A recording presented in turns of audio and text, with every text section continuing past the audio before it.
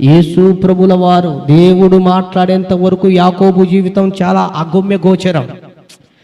ఒడిదుడుకులు లేక ఆ ప్రాణ భయం, ఏదేదో అంత మోసము అంత ఇది. కానీ దేవుడు మాట్లాడిన తర్వాత ఆయన జీవితం ఎలా మార్చబడిందో తెలుసా?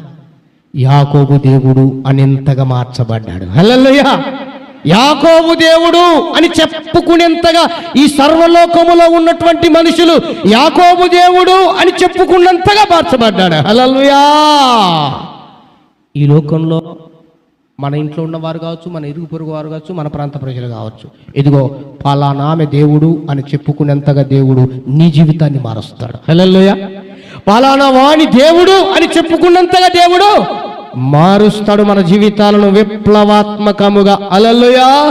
అట్టి కృప మనందరికీ దేవుడు దయచేసి ఆయన స్వరాన్ని వినిపించునుగాక.